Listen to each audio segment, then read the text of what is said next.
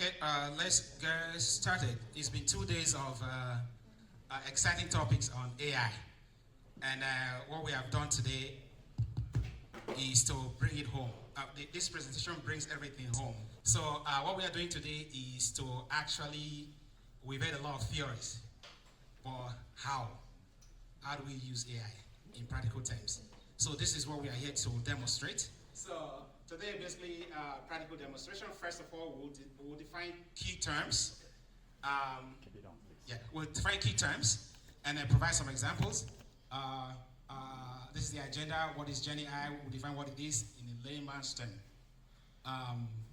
Then we'll look at the commonly used GenAI tools. Somebody was asking a question, what tool should I use for academic or whatever thesis or things like that? I may not have the answer. We can ask GenAI. Will give us the right answer right here. Then we'll look at what are GenAI prompts. What are they? Then the last session will be ask ChatGPT. Any question you have, just keep it, write it down. At the end of the session, I'm not going to answer any question. AI will answer every question that you have for you. Yeah. First of all, what is GenAI? In a language that everyone will understand, in a language that the regular accountant will understand. And I asked ChatGPT, explain AI to a layman. And this is what it says. Basically, it's an AI. GenAI is artificial intelligence that create new content, such as text, images, music, whatever it is, and based on the data that is being trained on here. So to further break it down as an example to a layman, imagine teaching a computer by showing it thousands of examples of something, like photos, stories, whatever they are. Then, learning from those examples, based on those example data, it answers your question based on what it has been fed with, and you think is it's been intelligent. They call it artificial intelligence. It's actually not intelligence per se, because it's just like a zombie.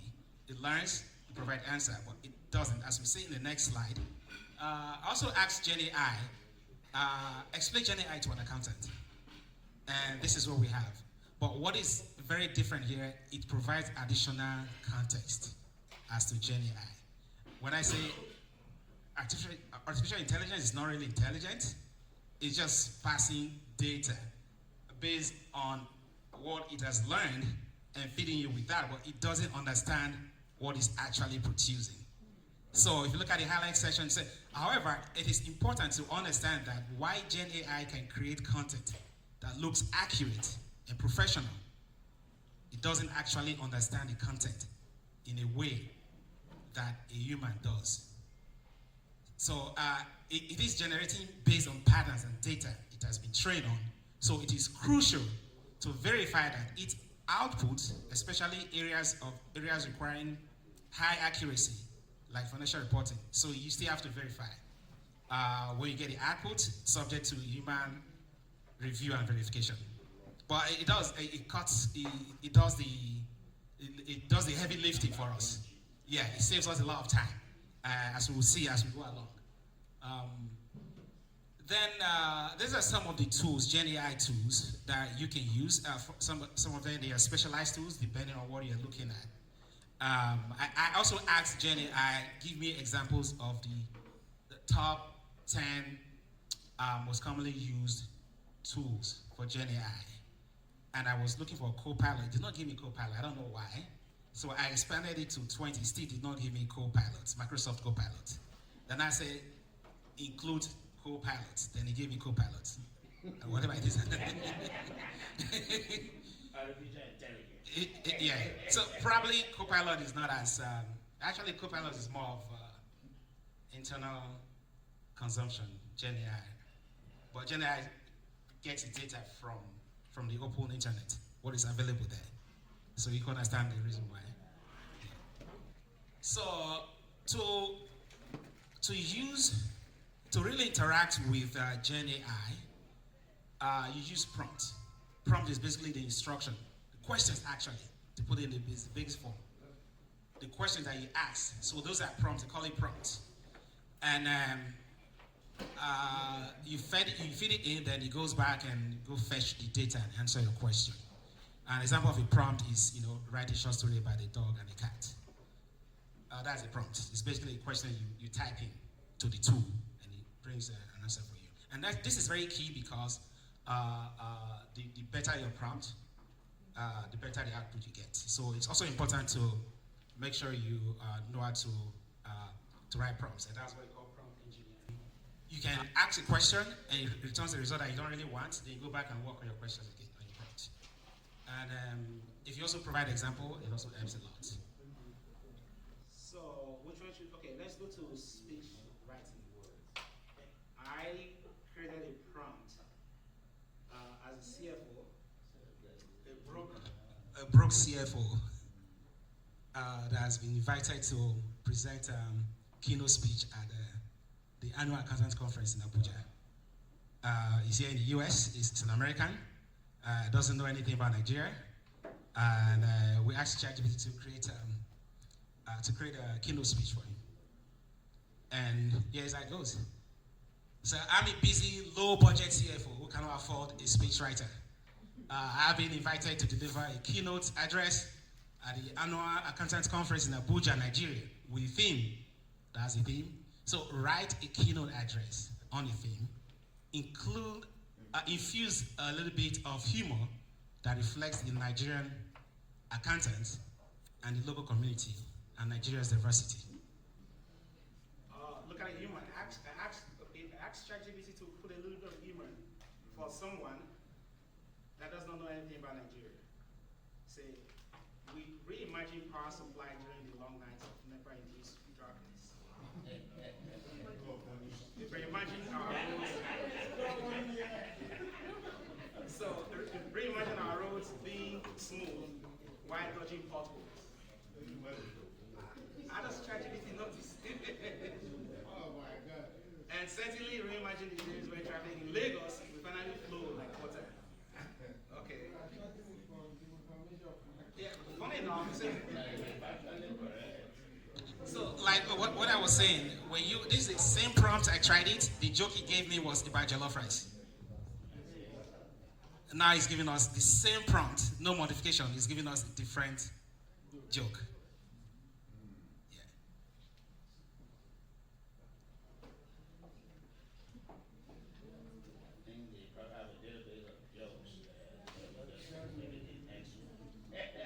It just all the jokes are on the internet. It's so fast.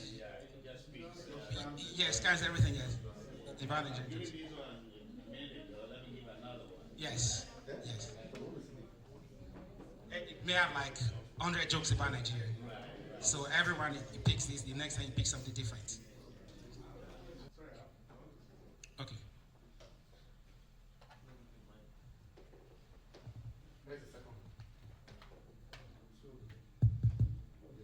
Okay.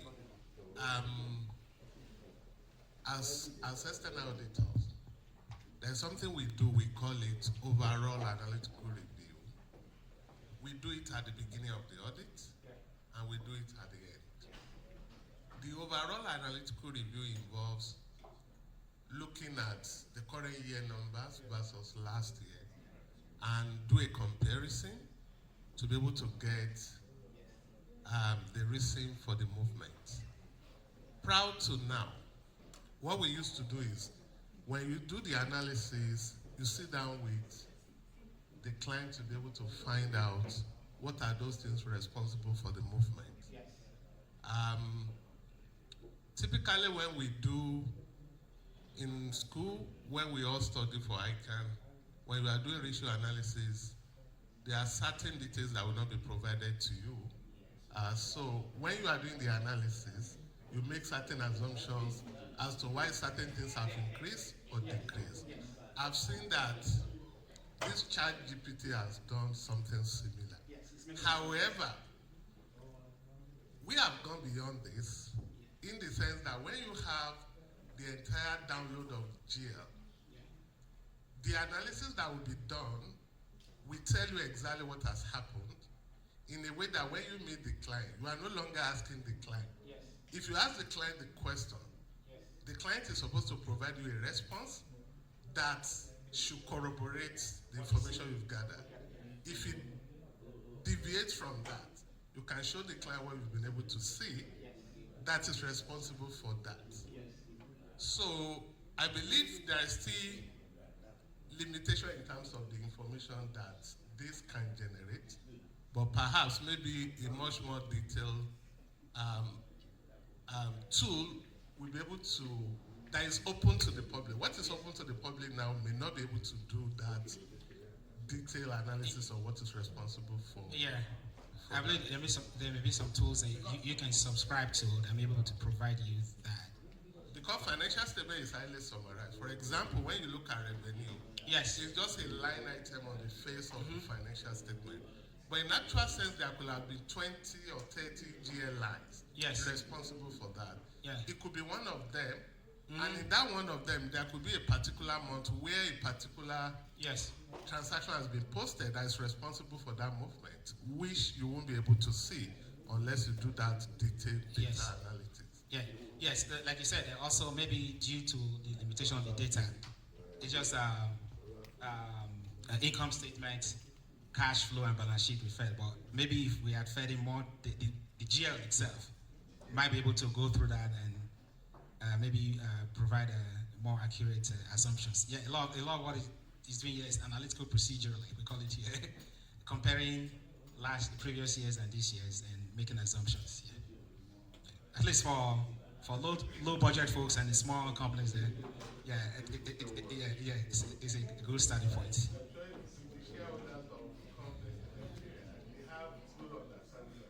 Yeah.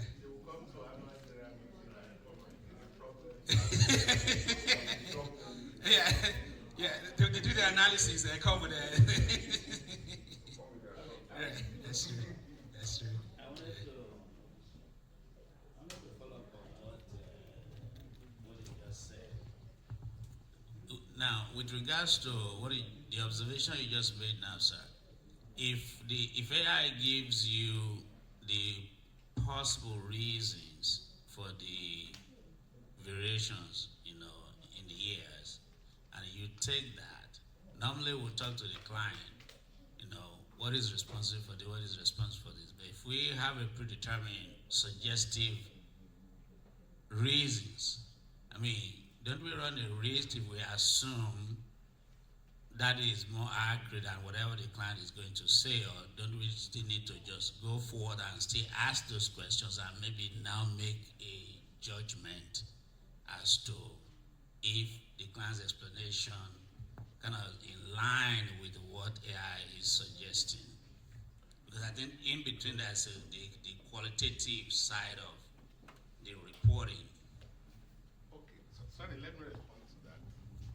So what I talk about is, remember that when it comes to transaction postings, whether those transactions are posted by a human being or it is the system that generates them. For example, when it comes to interest income, it is in a bank, it is the system that we accrue the interest income.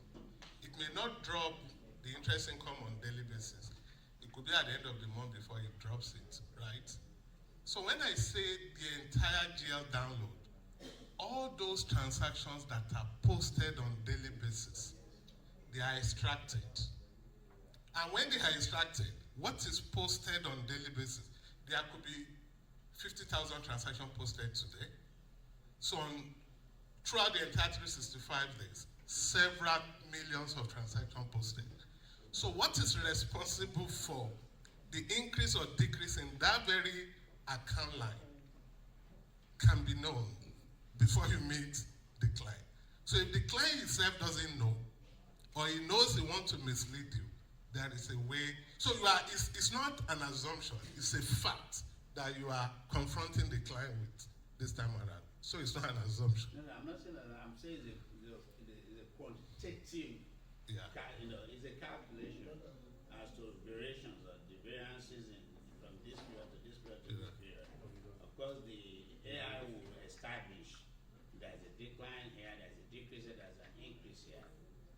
Sometimes the reason that leads to the to those instances may not be capturing the figures. Sure, Because I sure, remember, sure, like you said, sure. in ICAN, Yeah. that is where a lot of students miss the mark. You spend a lot of time doing the quantitative side, calculating, but you still have to give that judgmental side of things. So I was just highlighting the Okay, fact that, I agree. that don't run Yeah. the risk of saying Yes, to AI know the is reason. correct, you know, as against the what the Yes. actually is. Yes. Because they are the one, maybe the CEO went somewhere, caused the company's image to be whatever, then the numbers Yes. boom, you know. So, okay, now just try Thank to you. Yes, put that up. yes.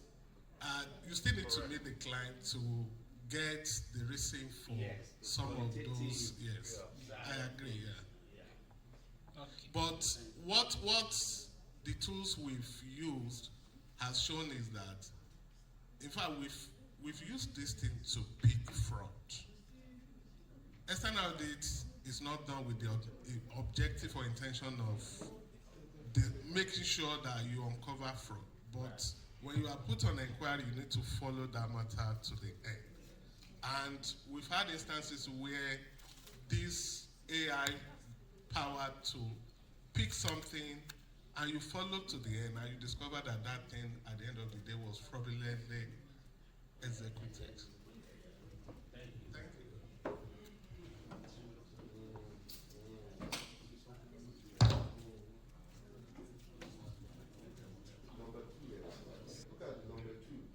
Number two. Yeah, originality features. Many AI platforms have settings of features designed to minimize plagiarism or risk. That's what we're saying. They paraphrases, generate content. It's not copy and paste. That's not what it's doing. It's actually rewriting it in its own language, and you can further rewrite that. And if it's for academic purposes, you cite references. For business, I don't know. I don't know if you have to do that. You can take number 5 too. Take number 5. Bring it up. Number 5, it says modify and adapt.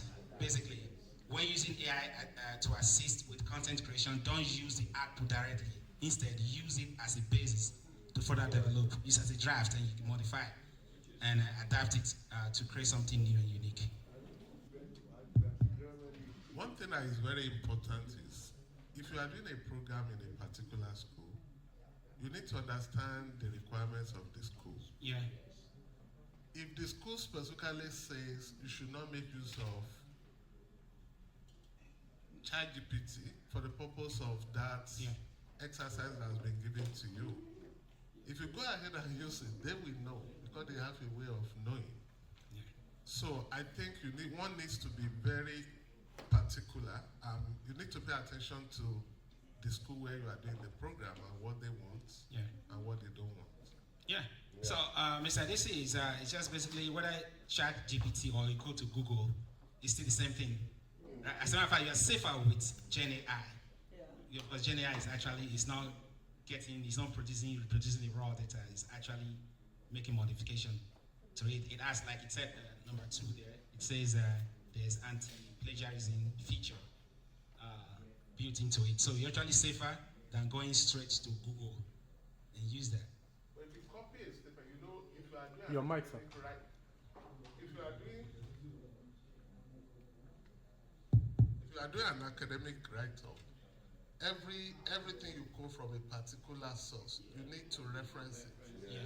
But if everything you have is coming from this source, and you are just pasting it like that, and taking it to be what you have written, rather than what you take from the source. So I wonder how, at the end of the day, you are not going to run into. Well, you have shown us something now that shows reference.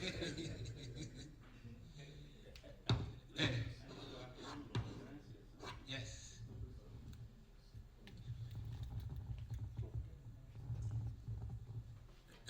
I was just going to add a little. I think even for academics, some universities actually will encourage you as a way of research to use certain tools, okay, to see how you're familiar or how you should be familiar to using those tools.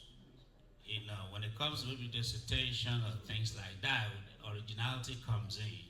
They expect most of your thoughts to go into the process. And if you are quoting anybody, like we all agree, you reference and give credit to those people.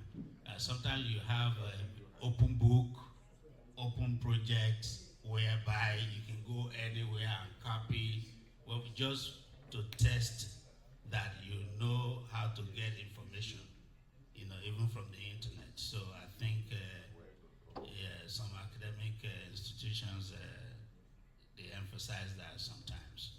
But originality, I think, is trying to prevent laziness, pretty much, and originality. That's it. Yeah, in all, it's just you use these tools to make your life easy. It's not meant to be a silver bullet for all your academic needs or business needs. The only thing I observed is this: when you're talking of modification, somebody gives me a 10-page write-up. If I'm going to modify all those, I might as well sit down and just write my own. I think it's a lot difficult. So it's a draft, the first draft. The idea is within the draft. It's a lot easier when you edit. And you can change ideas, you can change words. It's not easy, but generating that idea, that's the most critical part of it. Coming up with that first draft. You can come up with a draft and maybe basically change some of the languages. Yeah. But what they are saying, you have 10 pages and you want to change to make it look like your own at the end of the day. So you may have to do so much work to make the changes such that what you have at the end of the day is not seen as what someone else has done. Yeah. So the amount of time you will spend to do that will be so much that It's beyond just modification. No, but you can use a further tool like grammar. Huh? You can use, a further tool to have a second draft before you now start putting your. So you can use grammar too. Download it to it or upload it to it, and then it will give you change all the text, and then that will be your second draft. And then from there, You now infuse your. you're in the infuse. Yes, some will tell you use ChatGPT to generate your first draft. Take it to another Gen AI tool to remove humanize it.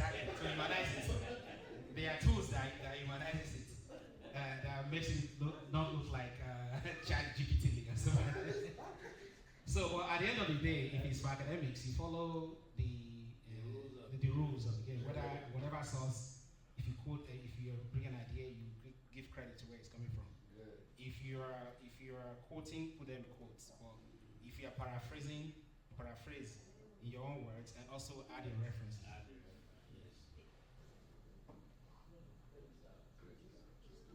Any other questions? We are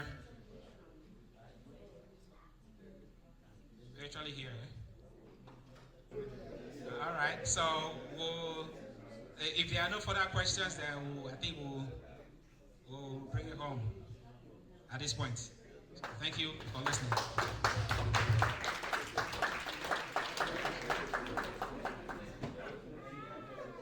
Okay. So we're going to go to the last seminar for the day. I'm going to invite Mr. Jami Olakison he's a partner from EY to the stage. And I'm also going to invite Mrs. Fumi Olani. She's a senior vice president at Flutterwave, and she's also the head of business development in Flutterwave. Can you help me welcome them to the stage? And the last panelist on this panel is Mr. Nick Agule. He is the managing partner of Domino's Consulting. We're going to be concentrating on the ethical consideration of AI. Ethical consideration of AI. So we want to understand and hear from them how is their organization, and each of the three panelists, they're going to discuss with us what the organization is doing in terms of on the ethical aspect of AI, and then we will also throw it up open for the audience to speak and to also contribute. So, what we are going to do, the way it works, I'll moderate and ask a few questions and cross different topics. And we'll start with somewhat of foundational questions. So, from your perspective, what are the major ethical consideration things based on what you've learned from this conference, and looking at things right now, and what do you think are the major ethical considerations you would like to highlight? Thank you very much, Mr. Chairman. Based on what we have got past 2 days regarding AI and its ramifications across the board in the different areas that we accountants get involved in, I would say that the ethical considerations for accountants will be to ensure that we maintain our professional competence in the light of AI, which is basically that accountants were like pilots. When you board a plane, you have confidence in the pilot that he's going to take you to destination. So when people read financial statements, or when people make investments in companies, people put money in banks, people are shareholders or they are creditors, or even employees in the entities where we are as accountants, they have confidence in us that our work is going to ensure that the financials of this company are well managed. You'll be getting some surprises, like you could see companies with audit reports signed by accountants that says the affairs represent a true and fair view of the company's operations, only for the company to go bankrupt. So we only just need to leverage on AI, but without letting go of the ethical considerations that are required of us as accountants. And that is where I think that a lot of care has to be exercised. In fact, now that you can see that AI can even generate your report, so if AI generates a financial report, the accountant must make sure that that report as generated by AI doesn't lose its value, that true and fair value, which those who are stakeholders in that entity are depending on us, just like we depend on pilots to take us to destination. Thank you, Mr. Nick Agule. Hope I said it right. So, for me, throughout the a discussion yesterday, we were talking about equity and fairness, and the biases that are inherent in AI. How do you think those that are underrepresented, especially when AI is being tested, how do you think that risk can be mitigated in our society? All right, good evening everyone, and thank you very much, organizers of the conference, for finding it worthy for us to speak on this very interesting subject matter. I was out of this room for some time because ICAN USA was going on, and incidentally, all we talked about was AI in the future of corporate reporting. And most of the things that we're deliberating on here actually came up on that program, and audience were really flowing along what is going to happen to accountants in the future, what's going on when the recommendations of the input you put in for some of the questions that you have in terms of prompt engineering. How do you then decide what comes out? So he called it garbage in, garbage out. So because we're all humans, and there are human factors to most of the outputs that you get from the results that comes out from this AI. Is what you type in that comes out. So if you have conditioned it to work the way your mind wants to work, and you think that that information will be used globally or even in your organization, human factor are set in. So in terms of equity, fairness in the reporting or whatever comes out of it, because I work in the digital payment solution sector, where everything you depend on is technology, you depend on AI, you depend on solely on things that are out of this world, not because you cannot control the outputs, but because they are human factors and you're talking about data that are larger than we can fathom. So most times, I would recommend that whatever it is that you want to input, get a third party to think through it for you so that there's an holistic view of the information that you're dropping in the system that drives the results that you get. And I recall even today, when they were talking about auditors, the likes of the big brothers of EY that we have here, the result, even when you're reviewing the financial statements, the auditor will go back and relax. You don't bring out the results immediately because you want to be sure that what you're reviewing actually captures the fairness of the people that are the end users of this information. So most times, we try to avert the risk, the safety risk of the information that you're throwing out, and as an accountant, you think through it and you say, I have to give an holistic view of this organization or the financial status of this organization.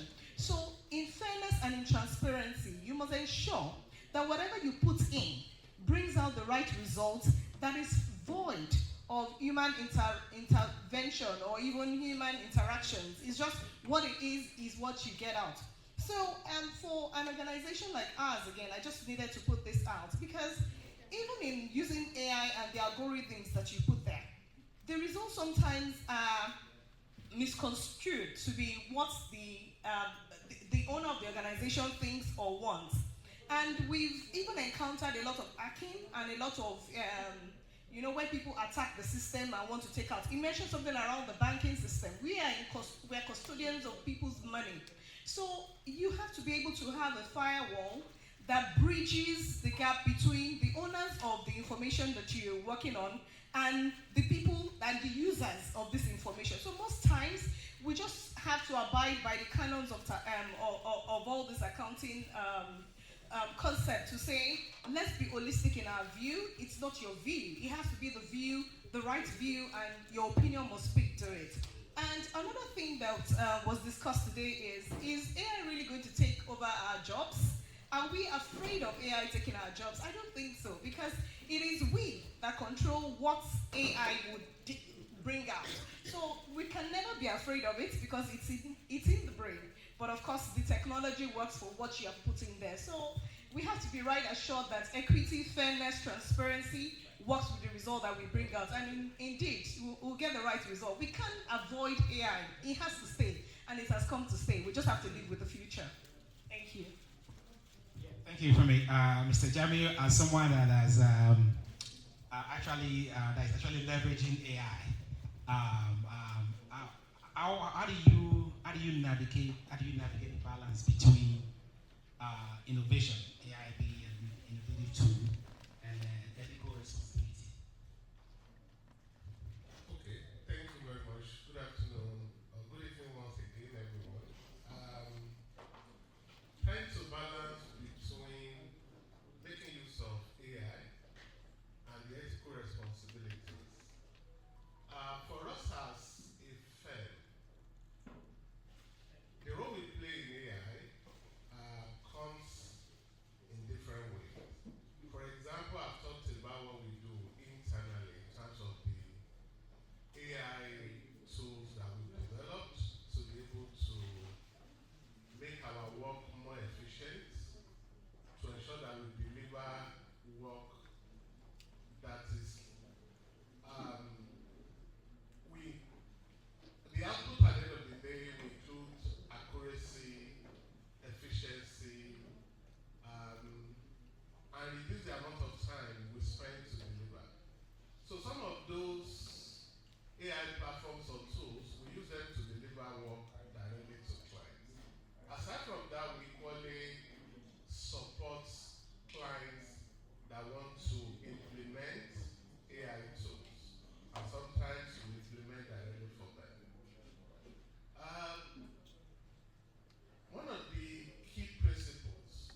considerations. There are many of them.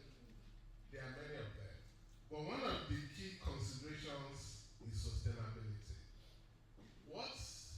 If you look at sustainability generally, right, it means when you are, whatever you are doing on this planet Earth, right, you need to consider the impacts of that thing on the planet, consider the impact on the future generation that is coming, right? One of the things that everybody is aware of is the fact that embracing AI to the fullest will change roles. And it will change roles to the extent that some roles will disappear. Having roles disappear simply means that some people may lose their job now, but they need to sharpen their skills to be able to be fit to play other roles.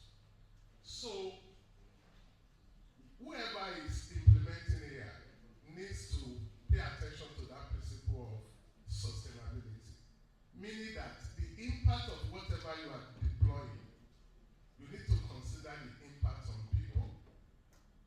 Consider the impact to the extent that you don't just want them, what they are doing to disappear. And that means you need to train them, give them the opportunity to be able to do something else. So if you are implementing AI tools, that is one of the key principles you have to consider. For us again, there is no way we want to deliver our work efficiently, and there is no way you will not consider the fact that you want to deliver this job efficiently in whatever you are developing. So for us, we've considered this and we've considered the other principles as well. Another principle or key consideration when it comes to implementation of AI is accountability. That means somebody needs to have ownership of it. Whatever we develop, the impact, the ownership of it, whatever comes out of it, the output, the consequence. Accountability is another key principle when it comes to ethics and trust. Last year we published a report, and that report we published actually looked at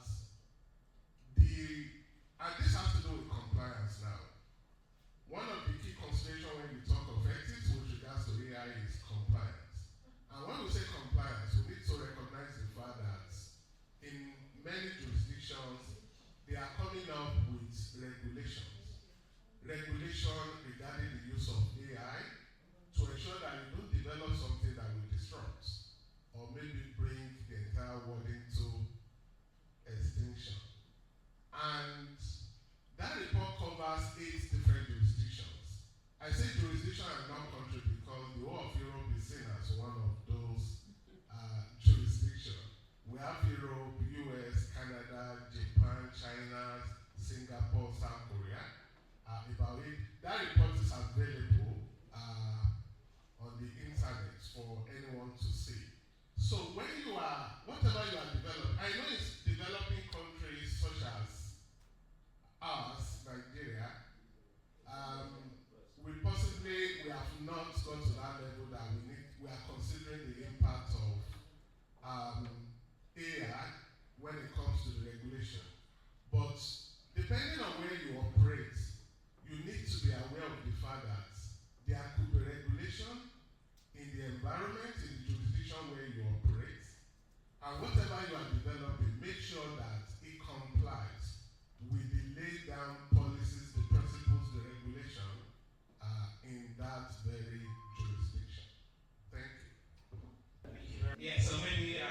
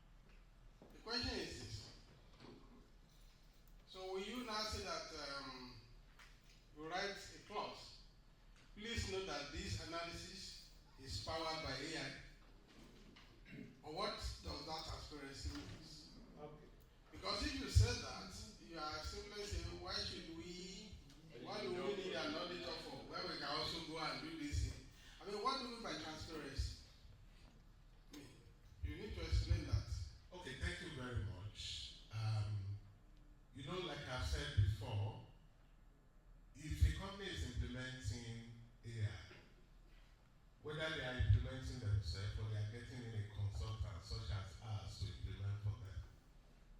There are key principles you need to consider when it comes to ethics, and one of them is transparency.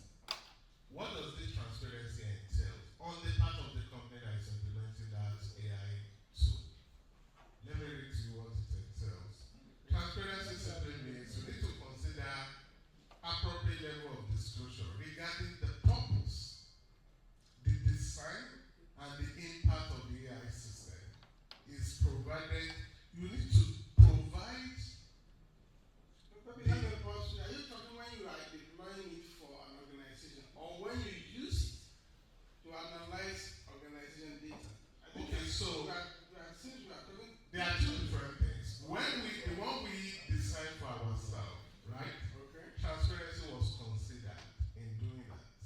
Okay. Meaning that what we designed that tool for, the purpose is meant to achieve, right? And at the end of the day, the impacts need to be known to the stakeholders. Not when we use it to deliver engagement. For example, one of the things I demonstrated yesterday is called financial statement tie-outs. When we use that to identify those things that maybe that are out of balance, or those things where we do not have internal consistency, or those areas where the current year figure never align with prior year, and we pass to you that please fix this, we won't tell you that we've used AI to derive this, right? So, but for us internally, when we develop an AI tool, the stakeholders are internal users, right? Those are the ones that need to know, not the client that will use our AI tool to be able to process the data for. But when the client is implementing and we are invited that come and implement for us, and that client wants to implement, so within that entity, there are many stakeholders. You have the board, you have the users that we use it within the organization. So the issue of transparency is for them to be able to ensure that the stakeholders understand everything about the AI, to the purpose, the design, what it's meant to achieve. And at the end of the day, whatever that thing, if it's coming up with a particular output, how it's going to derive that output needs to be known to those stakeholders, such that it can be challenged. Because if you don't know that, sometimes you won't be able to challenge what is coming from there. So that is the perspective of transparency that I talked about. Okay, thank you very much. I'm still standing because I still need more clarity. Please, sorry. No problem. Now, who are these stakeholders? Can they be defined? Are they internal or external? Because my understanding of stakeholder, mapping is like we have, 3 levels of stakeholders. We have internal and external. We have those who have power, those who have control, those who have influence, and stuff like that. So, who are these stakeholders that must know? Okay, so it's not that type of wider stakeholders. For example, we are all stakeholders in the use of ChatGPT, right? We are tertiary stakeholders. So have influence, we have control. that is what I'm saying. That is what I'm saying. In this regard, this type of AI tool that is made available to the wider public, the working of this ChatGPT, how he arrived at what he arrived at, is not known to us. And I'm sure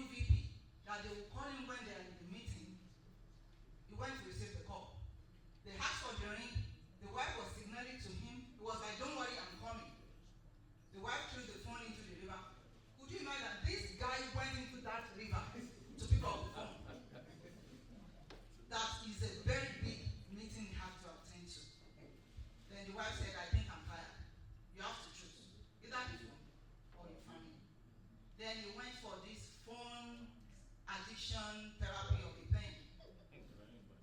They had them to put their phone aside because I can't live, I can't do it. I can't live without my phone. It's my office, it's my life, it's this, it's that. But when it got to the point that he was about losing his family because of the cell phone, he learned how to live without the phone. At least take a break. This thing is not about one person, it's everybody. Everybody. I saw one video of a school that the students, they failed, and the parents had a meeting. At that meeting, they said all those students should bring out their phones, and they were the ones smashing it themselves. Okay. There and then, in front of the parents, each person bring out your phone, smash it with stone. Enough. So, AI, whatever it is, day by day, we have new things. After this AI, like he said, something else will come up. And because we want to be in charge, we want to be involved, we want to be abreast of what is happening, we keep on getting addicted. Instead of know how it works and still create gap or space to move on with our personal life and enjoy our personal life, we continue to get involved and forget our lives. Thank you so much. So, can I just seek clarification? This story with phone and ring and phone in the river, is that part of that movie on Netflix or this is real life? It's part of it, but That's you the know movie. it's indirectly what is happening. No, so long as it's a movie, that's fine. I think my colleagues on the panel may have something to say about the issue that has been raised, but I would like to briefly touch on the one about work. So that the notion that people in the diaspora work harder than those in Nigeria, my own personal experience disputes that totally, just like you said. Because I was working for an IOC in Nigeria, there was no break. In fact, our boss, he will close 10, 11 p.m. And who are you to leave the office before the boss will leave? You know, later on, we got to understand that the boss had issues at home. So for me, we will stay in the office and we will go to the website. Me with young wife, I'll be in the office with him, you know, because I can't go home. But immediately I took another job with an IOC in London. I had a lot of shocks, culture shock, everything. And one of the ones I had was where employees, it's 5 o'clock, they just take their bag and they don't go. You know, when I became a supervisor and I had employees, some of them will not even come and tell me. Why? They don't take their bag and go. You are resuming 8 they come to work, 5 p.m. they take their bag and go. And their leave is booked ahead of time. So when it is leave time, unlike in Nigeria where we used to go and grumble and dobale and beg before they go and give you 1 week of leave. So once it's time for their leave, they are going. You, the supervisor or manager, is the one that should have made preparations to cover for this time because this is but what I discovered, however, was that even when people work from home, because if you wake up in the morning and call your manager say you want to work from home, they deliver the output. That was just it. Within that time of 8 to 5, when they are at work, they deliver the output. It's really deliver the output. But so it's a different thing that staying so long at work and not delivering much. They're just focusing and delivering the output within that time that you are there. So that was So what I'm going to do, I'm going to give you, I'll tell you the questions, right? And then to give some time to think about it. The main question will be for Mr. Johnson. You're the most experienced in terms of AI, so I'm going to ask you questions around social media.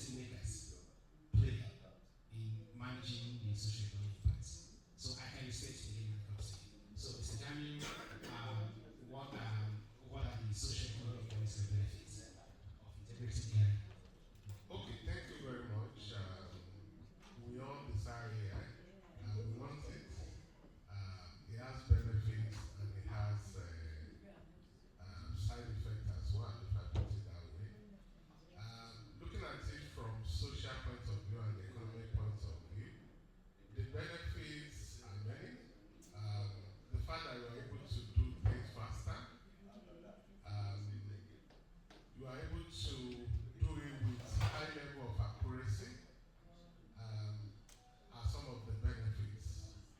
And again, maybe it will help to reduce costs. Reduction in cost is one of the benefits that you stand to derive. All this will have impact on financial. Looking at it from social, let me give an example that was delivered when I attended a program last week. For example, we're talking about using AI. The professor said he loves to cook, right? But to be able to cook what he likes to eat, he needs to go drive, be in traffic, maybe for a certain number of minutes or hours, depending on where he's going to buy what he needs. He will buy the ingredients and eventually bring them back home. When he cooks, there will be leftover that he has to throw away, right? But AI, the use of AI and connected strategy can help to the extent that rather than you having to drive and go to buy what you need to buy, right? What if the seller of those ingredients already know exactly what you need, and they know how many times you cook that thing in a week, and they supply you with the precise quantity so that you won't have to throw anything away? And at every point in time that you need that thing, they just open you will hear a knock at your door and they give to you precisely the quantity you need to cook it. And you cook, and you don't have to drive. So it will help to reduce the amount of time we spend in traffic. Let's link this to back home in Nigeria before we had DSM. I'm sure some of us will have forgotten. If you stay in Agege and you have to go and see somebody in Abeokuta, in those days when we didn't have phone, right? You have to enter the bus or be in a car. When you get to Abeokuta, you may get to know that that person you've come to see is not at home. You drive back. But today, all of us have forgotten that. Children that were born after that period, they never knew we experienced those type of things. So AI has so many benefits from economic point of view and also from a social point of view. However, it also has side effects, which is, for example, the fear that people will lose their jobs is one of the impacts. At the end of the day, definitely roles will be altered.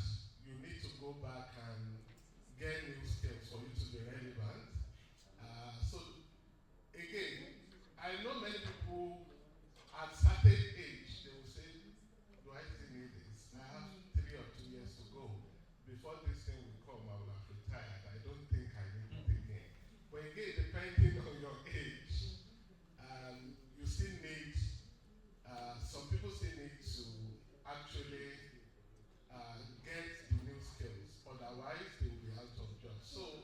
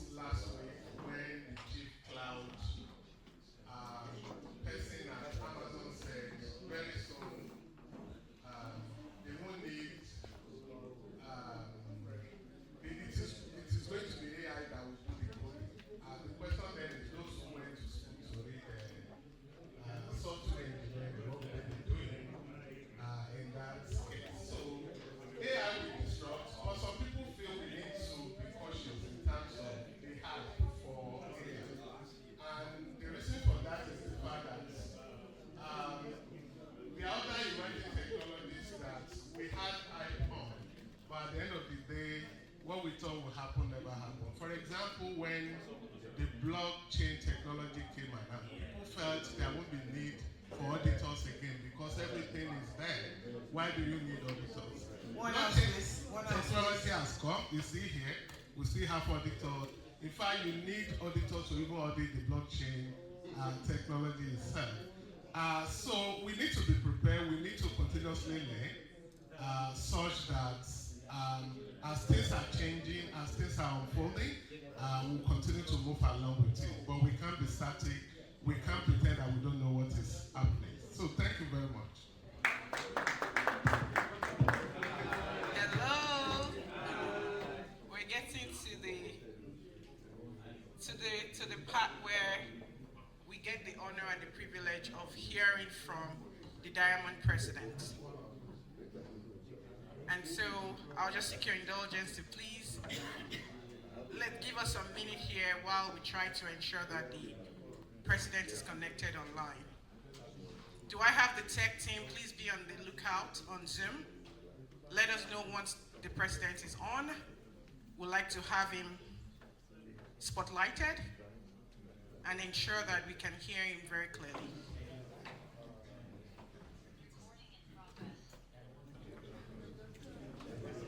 Hello? Yeah. Can I go ahead now? Yes, you can, sir. Please go ahead, sir. Yes, you can, sir. Thank you very much. We would love to see you, sir. The Deputy Vice President of ICAN, other distinguished council members here, Chief Mike Daudu, Chief Jami Olakeson, other council members here, the Chairman, U.S. District, distinguished ladies and gentlemen, good evening. It is evening here. I think it should be afternoon in your area, so it is evening, it's 11:13 p.m. here. I'm very happy to join you online. I'm sorry I couldn't join yesterday during the opening ceremony due to a meeting that I had and the network challenges also. I'm also very, very sorry that I couldn't join you physically for the meeting due to these issues. But there's no problem, so by the special grace of God, the fourth DVP is there to represent me and also other council members. I was told that the workshop, the seminar, the conference is going on very well. So we thank God for that. So I thank the chairman and his team for having put heads together to organize this conference. So I also thank God for Johnny Mercies for everyone, the delegates from Africa, from everywhere, those within America also and from other continents. It's only God that can take us and bring us together, because it's not easy to go from one continent, one area to the other. We give God the glory. So you are all great ambassadors of ICAN. As you are aware, ICAN was established by Act of Parliament number 1 of 1965, number 1 of Act of Parliament number 15 of September 1, 1965 to set standards and to produce persons who will practice as chartered accountants, and that we've been doing. So we have so many district societies now, over 71, and others are coming up. So this presidential year, our target is to set up as many district societies as possible within and outside Nigeria. From 4th of June to now, some district societies are already on, they've been approved. Like Nekede district in Imo State, we have Surulere in Lagos. South Africa is almost there, they're about 50% on, but very soon, now maybe the next meeting, now they were waiting for some documentations. So that of Ireland have been approved, they are all waiting for inauguration. So the district societies, they've been doing well, they are our great ambassadors, and they're projecting the image and the banner of ICAN. We can't thank you enough. So Mr. Chairman and their great members, we urge you to continue to play in big league. Please continue to obey the ICAN rules, because if you're a big FIFA rules. That's the only way we can continue to be in the game. Though we've not gotten any adverse report so far, but that will not happen by God's grace. So please continue to be very great ambassadors of ICAN. Then also continue to be a brother's keeper. Those of you who are there, you are in a foreign land, so continue to be one another's friend and brother. Watch your backs and help one another so that you continue to carry the flag of Nigeria and that of ICAN. So let me not to bore you with so much speeches this evening already here. In an evening mass, the Reverend Father does not preach so much. So, but he knows that people are coming back from work. You've been in the classroom for a long time now. There's need for you to go and relax. Maybe for you to have the gala night. Like I discussed with the team leads, the leaders from this district, there also be an opportunity for me and the vice president to be there. So we couldn't get our papers. So the vice president is also sorry for not being available. So I sent a link also to him and asked him to join. Even the immediate past honorary treasurer and conference chairman, Chief Tobi Abiola. So he's in transit. He will also join you people later. I asked him to join this particular closing ceremony, so I don't know if they have joined. So they all sent in their greetings. So continue to be great ambassadors, as I've said, and that of ICAN. So there'll still be time for us to see, maybe at the investiture ceremony or any other time that will be convenient for us. Myself and the vice president, who is your coordinator, will find time to come and see some of our members who are there. So I wish you all well. So continue to enjoy yourselves. Some people chatted me, say Chief would have had some stories and some proverbs. If you are there, I say they shouldn't worry. So those of them who will be in Abuja, they will hear stories also. If you want to listen to various music and you want to dance various steps, you wait for the day the chief musician will bury their grandmother. So just hold on. We are coming 7th to 11th of October during the conference. There will be so many stories, and those who will be there physically, they will also join online. So don't worry. God will spare our lives. There will be much more stories some other time. On that note, Madam First DVP, thank you very much. The council members, Chief Jamiu and Chief Mike Daudu, other distinguished council members, the entourage from Nigeria, Africa, and worldwide, the chairman of this district and your team. Thank you very, very much for this opportunity given to me to talk to you online. God bless you and have a very successful conference as we round up. Thank you and God bless.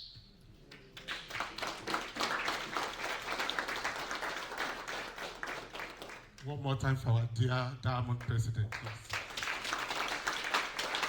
Thank you, thank you. Our dear Diamond President, DK Chief Alaribe, FCA, we want to thank you for being up at this time of the night to join us even at this closing, despite all that happened.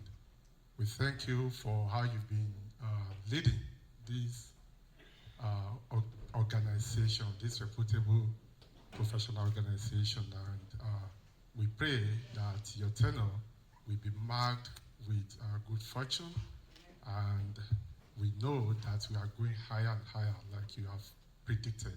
Thank you so much, and God bless you, sir. Thank you. Thank you very much. Thank you. Bye. Thank Bye. you, sir. Have a blessed night rest, sir. All right, on this note, all right. On this note, may we please rise while we take the valedictory song. May we please rise while we take the valedictory song. You'll find that on your digital page, page 9. It's the valedictory song. The electronic virtue. You didn't get it?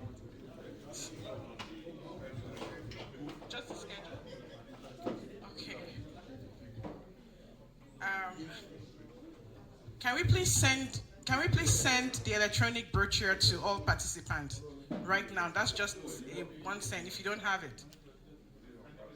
It's on WhatsApp. Yeah, it's on WhatsApp. It was sent to us on WhatsApp. All right, while we're trying to open up that document, or you know what, share up with your neighbor. This is the part we hold hands and we sing this song. Please, if you haven't voted for your preferred location, it's also on the WhatsApp group. Please do so. I've overwhelmed you. Oh, I'm sorry to hear that. I have no intent to overwhelm you by no means. Sincere apologies. All right, so that's page 9. It's the valedictory song. And it goes, God be with us till we meet again. I'm sure we all know that, right? Da, da, da, da, da, da, da, da.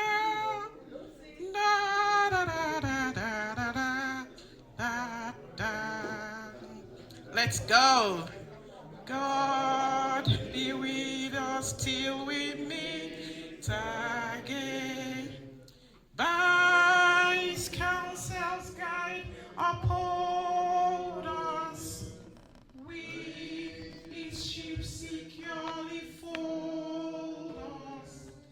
God be with us till we meet again.